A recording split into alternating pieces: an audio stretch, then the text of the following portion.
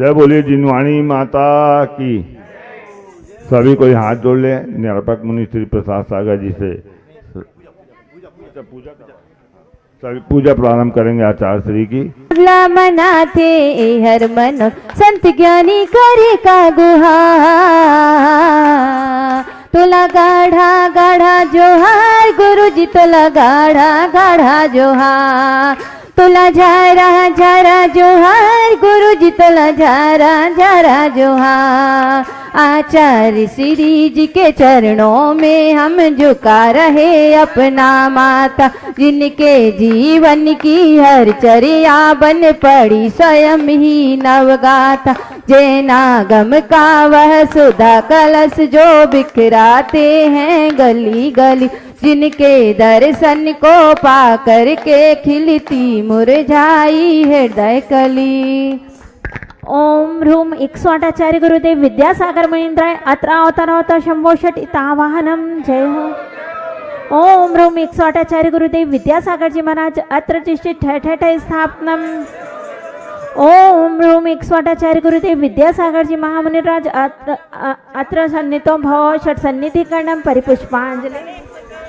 आलू से धोने आया, आना जाना मिट जाए मेरा, यह बंद काटने आया हूँ।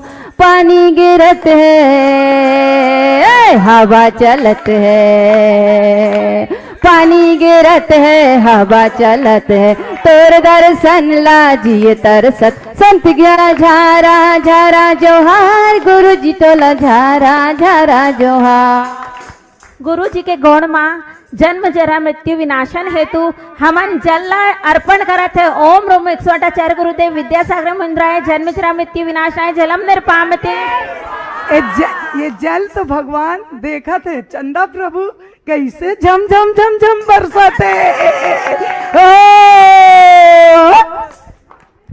क्रोध अनल में जल जल कर अपना सर्वस्व लुटाया है, निज शांत स्वरूप न जान सका जीवन भरे से भुलाया है। ओम ह्रूम 108 आचार्य गुरुदेव विद्यासागर मुनींद्राय संसार ताप विनाशनाय चंदनम निर्पामते स्वाहा।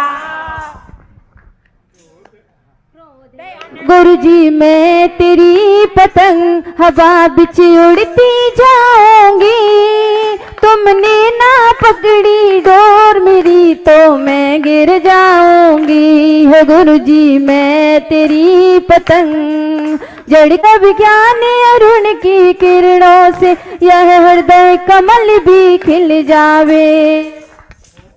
गुरुदेव छत्तीसगढ़ में आए हैं तो आज हम तोरगोड़ में छत्तीसगढ़ के चावल लहर चढ़ावत हो। ओम ह्रूम 108 आचार्य गुरुदेव विद्यासागर मुनींद्राय अक्षय प्राप्त है अक्षरम निर्पामते स्वाहा। इन हृदय में लाया हूँ तेरी कृपा से गुरुवर, हो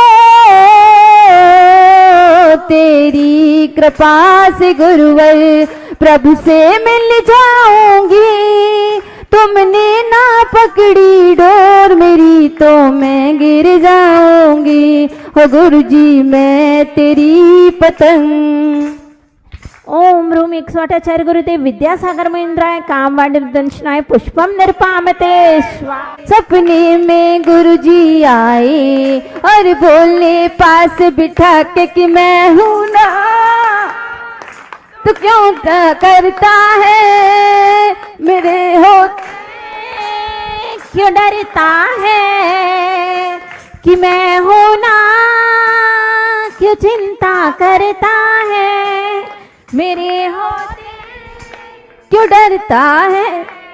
इस क्षुधा रोग की व्यथा कथा भव भव में कहता आया हूँ, अति भक्ष अभक्ष भके फिर भी मन तृप्त नहीं कर पाया हूँ। नैवेद्य समर्पित करके मैं तृष्णा की भूख मिटाऊंगा, अब और अधिक ना भटक सकूं यह अंतर बोध जगाऊंगा। ये बाबा तो बड़ा अलविला है, ये बाबा तो बड़ा अलविला है, हम भक्तों का सहारा है। गुरुदेव, जब आपके चरणों में हम लोग दर्शन करने आते हैं तो हम लोग भूख प्यास सब मिट जाती है। ऐसे ही आशीर्वाद दो कि हम लोग की सही में क्षुधा मिट जाए। ओम रूम 108 आचार्य गुरुदेव विद्यासागर मंदिराय क्षुधा रोग विनाशनाय नैवेद्यम निर्पामते स्वाहा। आचार्य गुरुदेव विद्यासागर मंदिराय मोहन विनाशनाय दीपम निर्पामते स्वाहा। यह जग में वे मिसाल मत माँ श्रीमती के लाल सखीर तुझ क्या बतलाओ। ये इतने दीन दयाल सखीर तुझ क्या बतलाओ। सखीर तुझ क्या बतलाओ। इन्हें पाप कर्म तज पुण्य कर्म को चाह रहा अपना नाथा। सुबह सुबह सर्व में मेरे पुदल है, मैं इन्हें जलाने आया हूँ। इसलिए गुरु के चरणों में अब धूप चढ़ाने आया हूँ। ओम रूम 108 आचार्य गुरुदेव विद्यासागर मंदिराय अष्टकर्मनाय धूपम निर्पामते स्वाहा। पाना था जिसके द्वारा वह मिल बैठा मुझे ठिकाना है। करते हैं मुसीबत टाल सभी रख जान न कोई हाल। सखीर तुझ क्या बतलाओ। यह इतने दीन दयाल सखीर तुझ क्या बतलाओ। सखीर तुझ क्या बतलाओ। ओम रूम 108 आचार्य गुरुदेव विद्यासागर मंदिराय महामोक्ष फल प्राप्ताय फलम निर्पामते स्वाहा। जग की वैभव को पाकर मैं निस दिन कैसा अलमस्त रहा। चारों गतियों की ठोकर को खाने में ही अभ्यस्त। ही गुरुवर तेरी गुण गाने अर्पित हैं जीवन के क्षण क्षण। सुमन समर्पित हैं हर साए जगती के कण कण। कर्नाटक के सद लगा ग्राम में मुनिवर तुमने मल हुआ उदित मानो रवि तम हरने वाला। परिवार आपका सबका सब जिन पथ पर चलने वाला है। वह वेद ज्ञान की छेनी से दिन काटने वाला है। तुम स्वयं तीर्थ से पावन हो, तुम हो अपने में समय सार। तुम स्वादवाद के प्रस्तोता वाणी मीणा के मधुर सार। तुम कुंद कुंद से कुंदन सा जग को कर देने। तुम निकल पड़े बस इसीलिए भटकों अटकों को पत देने। वह मंद मधुर मुस्कान सदा चेहरे पर बिखरी रहती है। वाणी कल्याणी है अनुपम करुणा के झरने झरते। तुम में कैसा सम्मोहन है, या है कोई जादू टोना। जो दर्श आपके कर जाता नहीं चाहे कभी भी लग होना। भर डाला है शब्द नहीं गुण गाने को, गाना भी मेरा अनजाना। स्वर ताल छंद में क्या जानू, केवल भक्ति में रम जाना। की निर्मल सरिता में अब गाहन करने आया हूँ। सबका सारा दुख दर्द हरो यह अर्घ भेंटने आया हूँ। मूर्ति है आराधक है योगीश्वर है महासन है। अरुण कामना देख सके युग युग तक आगामी बसन। सागर मंदिराय के पावन चरणों में अनर्घ प्राप्त है अर्घ्यम निर्पामते। छोटा सा मेरा गाँव गुरुवर आ जाना। छोटा सा मेरा गाँव गुरुवर आ जाना। अरिहंताणं नमो सिद्धाणं नमो आयर्याणं नमो उवज्झायाणं नमो लोये सभ्यसाहूरम। बोलो असहकारी चंद्र प्रभु भगवान की। गुरु नाम गुरु आचार्य ज्ञान सागर जी महाराज की। मूक माटी रचयिता आचार्य परमेश्वरी गुरुदेव की। पूज्य मुनि श्री चंद्र प्रभु सागर जी वन राम सागर जी महाराज की।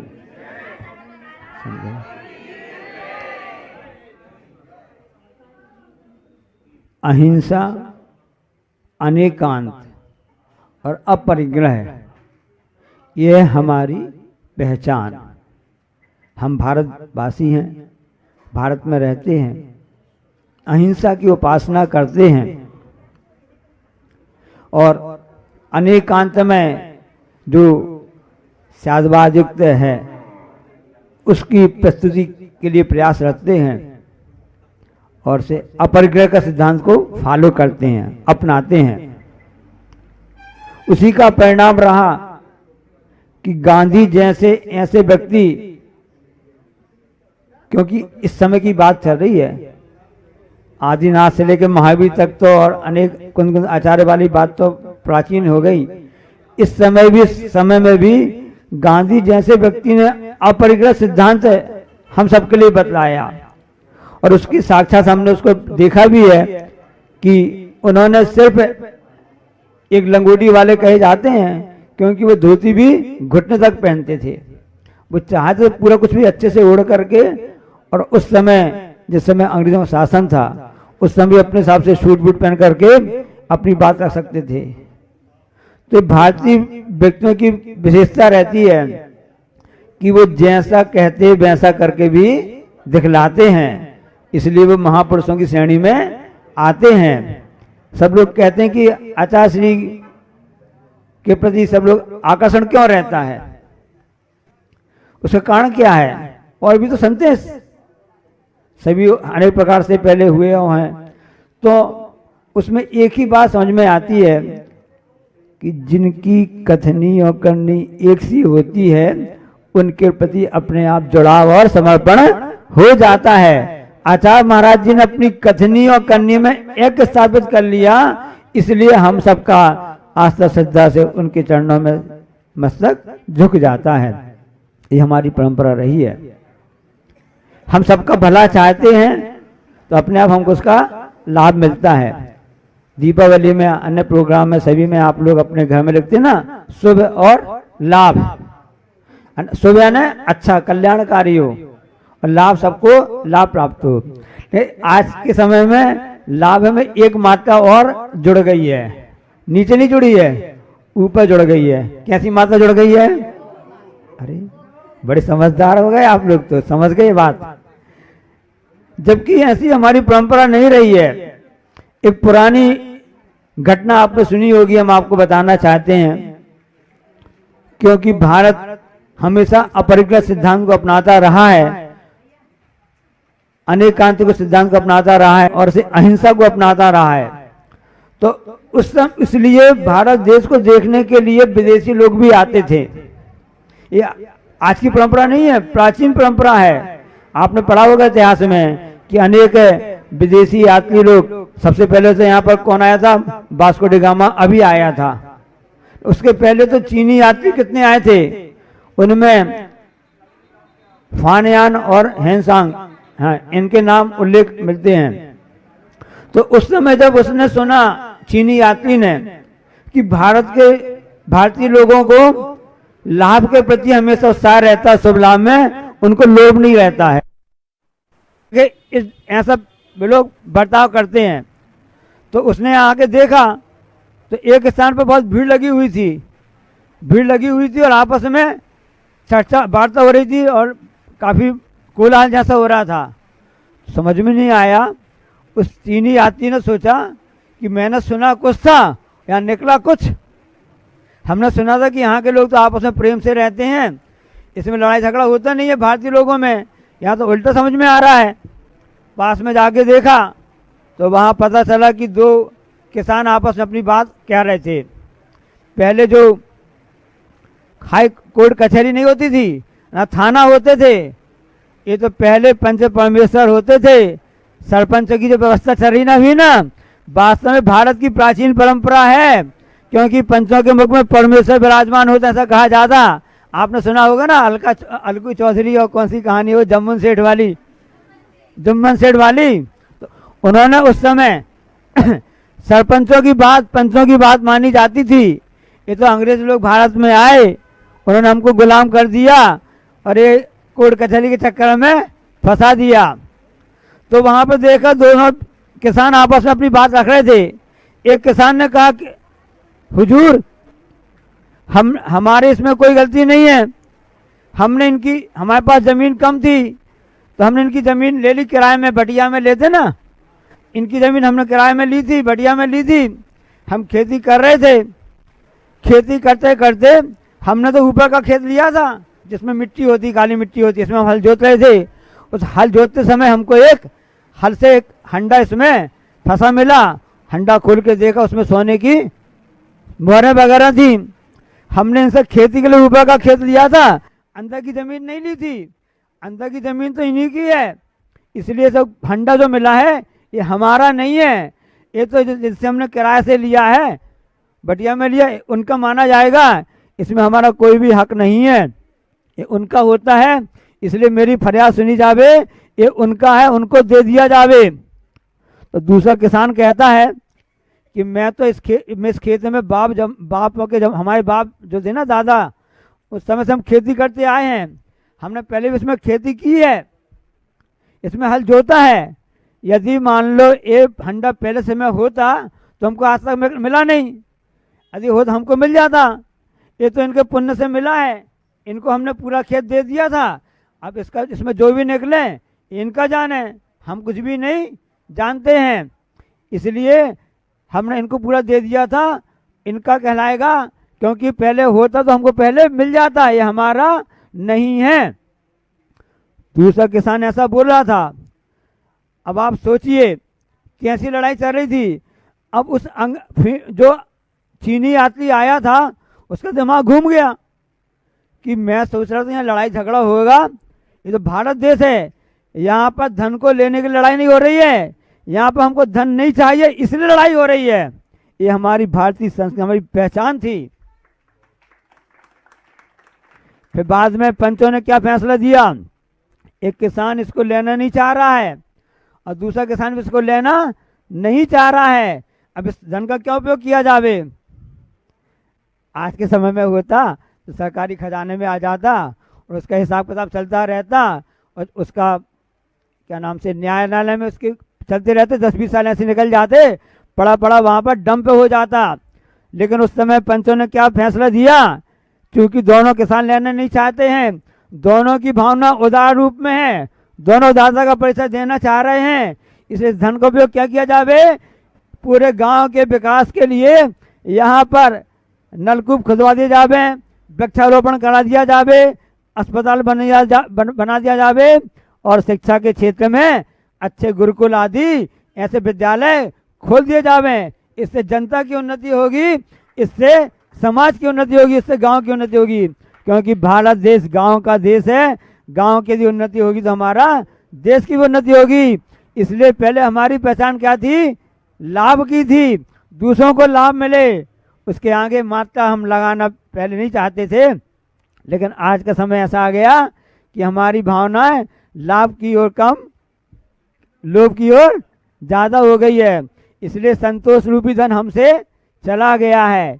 इसलिए लाभ लेना चाहते हो तो शुभ साथ में रखो, शुभ लाभ दोनों होगा, अपने आप संतोष हमारे पास में आ जाएगा। इसलिए हमारी पहचान क्या थी, ये वास्तव में जैन दर्शन का अपरिग्रह का सिद्धांत है। ये प्राचीन काल से भारतीय इसकी पूजा करता आया है, अहिंसा, अनेकांत और अपरिग्रह। इसलिए अपरिग्रहवाद हमारी पहचान है, उसको हम समझें। परिग्रह आवश्यक तो होता है, क्योंकि बिना परिग्रह के तो हमारा घर गृहस्थी कैसे चलेगी, ये बात सही बात है, लेकिन उसकी मात्रा भी सीमा होनी चाहिए। लोग करोड़पति बन रहे हैं, करोड़पति अरबपति बनना चाहते हैं, पता नहीं कौन कौन से पति बनना चाहते हैं। इसलिए ध्यान से सुनो। आज जब सुनने में आया कि एक भारतीय नारी के लिए उसको सेना में लेफ्टिनेंट पद दिया गया, लद्दाख में एक शहीद हो गया एक व्यक्ति, दीपक सिंह उसका नाम था, उसकी शहादत हो गई देश की रक्षा करते करते। उसकी पत्नी ने क्या कहा, उसने नहीं बोला कि हमको उसके बदले में इतना हमको जो होता ना मतलब सुविधाएं चाहिए हैं, उसके बदले में जो उसकी पेंशन वगैरह बनी होगी उसका पैसा चाहिए, ये सुविधाएं चाहिए, उसने मांग नहीं की। उसने कहा कि मुझको इस सेना में हमको नौकरी दे मिल जावे। उसने मेहनत की और तारीफ की बात देखो भारतीय सरकार की कि जहां पर वह शहीद हुआ था दीपक सिंह, उसकी पत्नी को वहां पर सेना में भर्ती करके, रेखा सिंह उसका नाम है, उसको लेफ्टिनेंट पद पर उसी स्थान पर नियुक्त कर दिया गया। ये लाभ की बात बता रहा हूं आपके लिए कि मेरे पति ने देश की रक्षा के लिए अपनी जान न्यौछावर कर दी है। उसका लाभ देना चाहते थे मेरे पति, देश की रक्षा करना चाहते थे। मैं भी भारत से उसके बदले में कुछ नहीं चाहूंगी, मैं भी ऐसी प्रण करती हूँ कि मैं भी वहां पर यह कार्य करूंगी। ये भारतीय शक्ति कहलाती है। भारतीय सेना में ऐसी शक्ति शामिल हो जाती हैं। नारी शक्ति आप लोग कहते हैं ना। एक उदाहरण बता रहे हैं आपके लिए। किसी व्यक्ति ने पूछा कि आप बोलते हैं, पत्नी ने कहा कि नारी कैसी है? उन्होंने कहा शक्ति है। नारी कैसी है?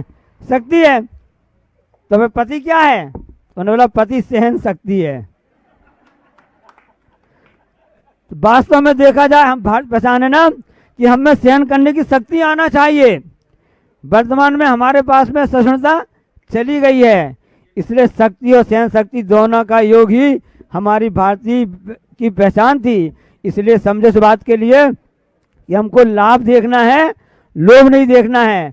संतोष को अपने जीवन में अपनाना है, जो कि हमारी पहचान थी। भारतीय संस्कृति जैन संस्कृति थी और यह अहिंसा का सिद्धांत था, अनेकांत का सिद्धांत था और अपरिग्रह का सिद्धांत था। बोले अहिंसा परमो धर्म, जा वाणी के ज्ञान तय सूझे लोकालोक, सो वाणी मत धरुं सदा दित। हे जनवाणी भारती तू जपो नैन, जो तेरो शरणा गए सो पावे सुख। नमोस्तु भगवान, नमोस्तु नमोस्तु नमोस्तु। ओम नमः शुद्धेभ्यः, ओम नमः शुद्धेभ्यः, ओम नमः शुद्धेभ्यः। अहिंसा परमो धर्म की आचार्य गुरुवर श्री कुंद कुंद भगवान की, आचार्य गुरुवर श्री ज्ञान सागर मुनि महाराज की,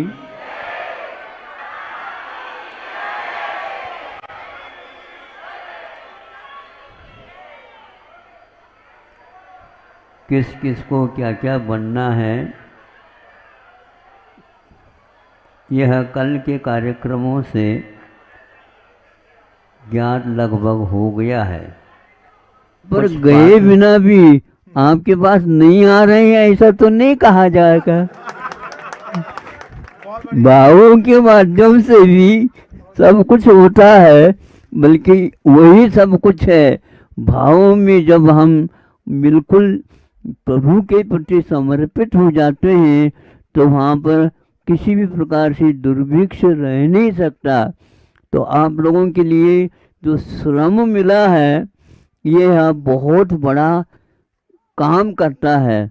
इस श्रम से ही हमारा जीवन उन्नत बनता है और एक प्रकार से दूसरे के लिए भी, परोपकारमय जीवन के लिए भी श्रम ही हमेशा हमेशा कार्यकारी होता है। आप लोगों ने जो श्रम अपनाया है यह भी एक प्रकार से भाग्य से मिलता है। कोई श्रम करना चाहता है और हाथ पैर यदि काम नहीं करे तो क्या करेगा? आप लोगों से भगवान से प्रार्थना है आप लोगों को श्रम योग्य करने योग्य शक्ति मन की, वचन की और काय की मिलती रहे जीवन पर्यंत, ताकि आप अपने आप के जीवन को संभालते हुए दूसरे के जीवन को भी संभाल सको। यहाँ से किसानी वगैरह जो खेती वगैरह करते हैं और उसके माध्यम से वो फसल उगा लेते हैं, वो कहाँ जाता है? वहाँ शहर को जाता है।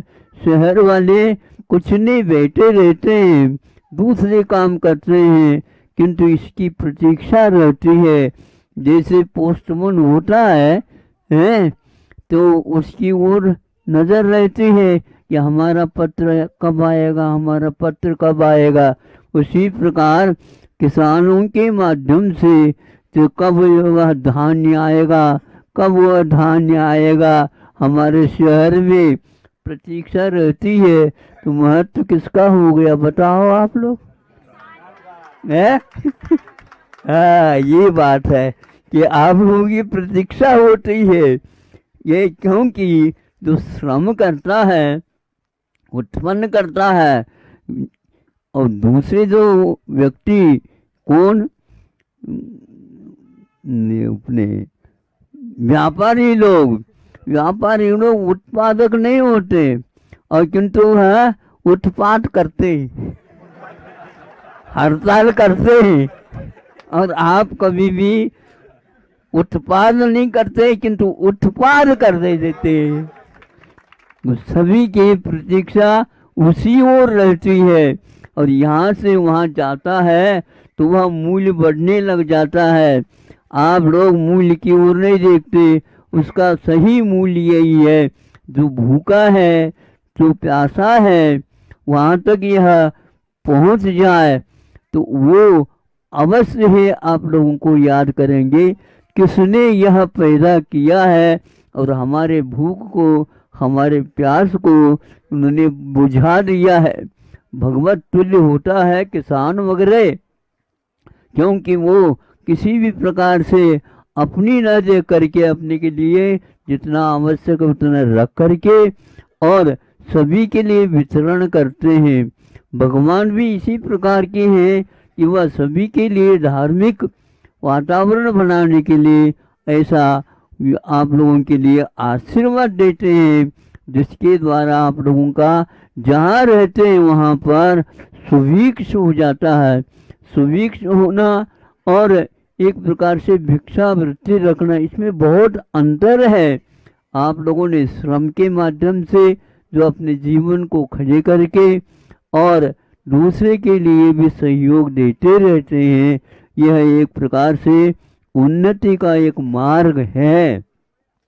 प्रभु के द्वारा बताया हुआ मार्ग है, उस पर जो चलता है वह निश्चित रूप से बहुत ही जल्दी प्रभु बनने की क्षमता अवश्य रखता है।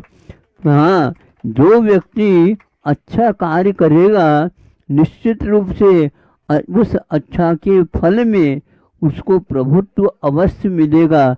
किंतु यह विश्वास का काम है, मेहनत की काम है कि इसको करने से ही हमारा उद्धार होने वाला है। इसलिए हमने कहा है इन लोगों को, भैया रास्ता हमारा कहीं भी हो लेकिन वह रास्ता उससे तो संबंध जुड़ा हुआ रहता है। एक रास्ता दूसरे रास्ता से जुड़ा हुआ रहता है, वहाँ पर सभी सुभिक्ष के सब पदार्थ पहुँचते रहते हैं। आप लोगों के द्वारा यहाँ पर सुना होगा कि महाराज जी का संग आया है, तो जो ऐसा करो तो वह पूरे आ जाएंगे। कैसे आ जाएंगे महाराज? लेकिन जैसे नाम लेते हैं वैसे आ जाते हैं। सभी आप सब लोग मिलकर के आ गए। कितने हजारों व्यक्तियों को मालूम पड़ गया कि यहाँ पर इस प्रकार कारो पानी ऊपर से पानी भी आ गया। हाँ, ये नहीं, बिल्कुल सुभिक्ष का यह वातावरण है, नहीं समझे?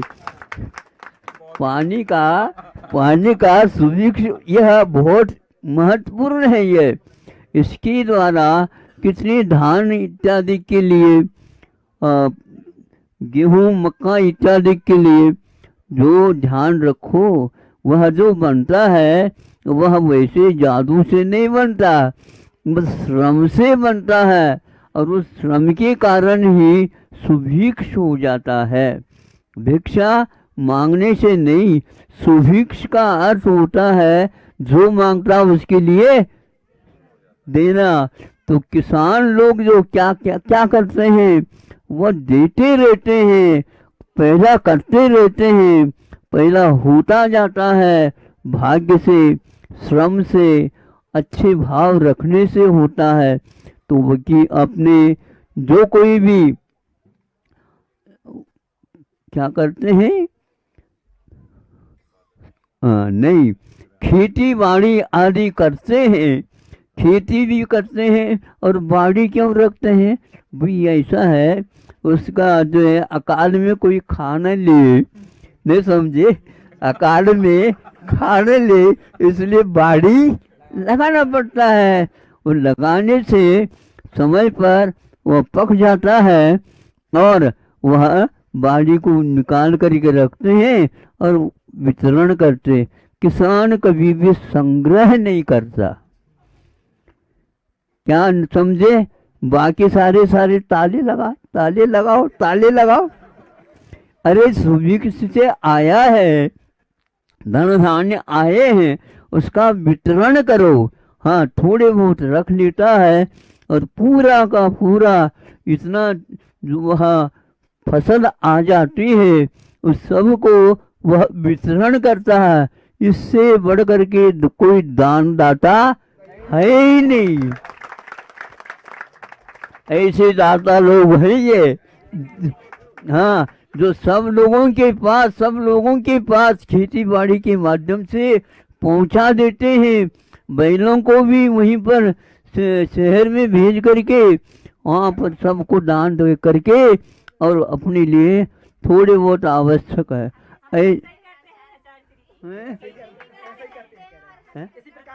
हाँ, बिल्कुल हमने भी बहुत उधर से कैसे की है, इसलिए तो कह रहा हूँ। इससे बढ़ करके और कुछ भी नहीं है, ध्यान रखो। और कुछ मांगना नहीं, जो मांगता है उसके लिए दान के रूप में दे करके उसको भी खुश करने का प्रयास यह किसान लोग करते हैं। और योग से ये जो प्रतिमा मंडल है, उन लोगों ने यह काम किया कि हम वहाँ पर जाएंगे जहाँ पर इसकी आवश्यकता है, और वहाँ पर प्रतिमा स्थली के माध्यम से जो इसे यह प्रशिक्षण दे दिया गया है, ये भी बहुत, हाँ तो हाँ, हम तो है ही।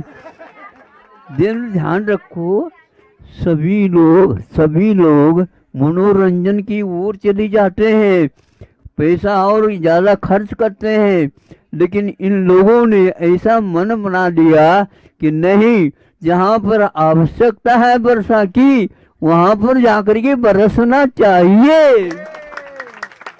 ये सुभिक्ष का काम। तो सभी लोग शहर के लिए जाते हैं, लेकिन इन लोगों ने शहर को छोड़ करके उन व्यक्तियों के पास ढूंढ करके गए हैं और उनको इस प्रकार का सहयोग दिया।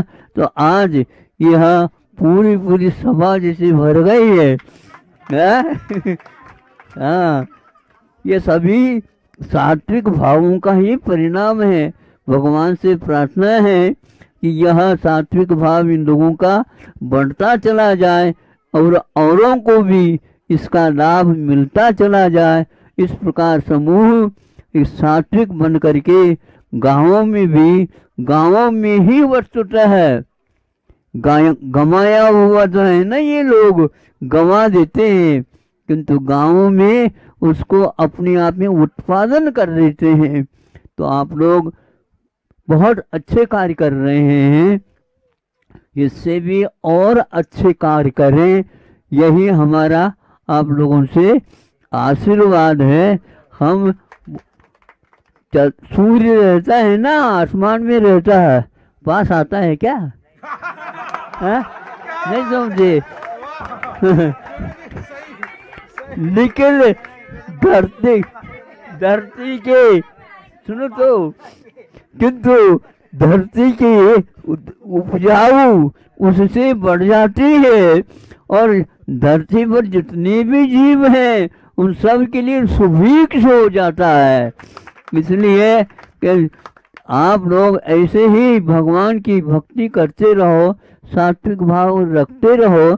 मैं नहीं आ रहा हूँ ऐसा नहीं है, थोड़ा दूर से आशीर्वाद देता रहे हो। इन लोगों को कहा है कि हमारे थोड़े से रास्ता इस ओर है, अब बहुत जल्दी जाना है ताकि इनको भी करें। तो यह सुन करके मुझे बहुत, हाँ बहुत अच्छी भावना है ना, अच्छी भावना है। देखो सूर्य बहुत दूर होते हुए भी सबके लिए घाम देता है, प्रकाश देता है, आलोक देता है। उसी प्रकार आप लोग वहाँ पर काम करते हुए भी हजारों हजारों लाखों लाखों करोड़ों करोड़ों जीवों को आपके द्वारा उत्पादित जो वह धान्य पहुंच जाता है, जिसके द्वारा वो जीवित रहते हैं। हाँ हाँ बिल्कुल बिल्कुल। इसलिए हमने भेजा इन लोगों को, पृथ्वी मंडल को, कि सब लोगों को आप खूब अच्छे ढंग से उपदेश दो और श्रम बताओ, और श्रमण के जो उपासक होते हैं वही इस प्रकार के कार्य करते हैं। आप स्वस्थ रहे और मस्त रहे हाँ बिल्कुल, किसी प्रकार की कमी नहीं। और सभी बच्चों के ऊपर भी अच्छे संस्कार डालो। आपके जो घर में स्वामी या कौन हो, मालिक, पति वगैरह परिवार के, और साथ उनके लिए भी इसी प्रकार के भाव रखो कि नहीं वो किसी प्रकार के व्यसनों से मुंह दूर रहे, और जो आवश्यक है उसको उत्पादन करे, समय का सदुपयोग करे, और भगवान का हाँ स्मरण करते रहें। हम आपके लिए आशीर्वाद देते हैं। अहिंसा परमो धर्म की।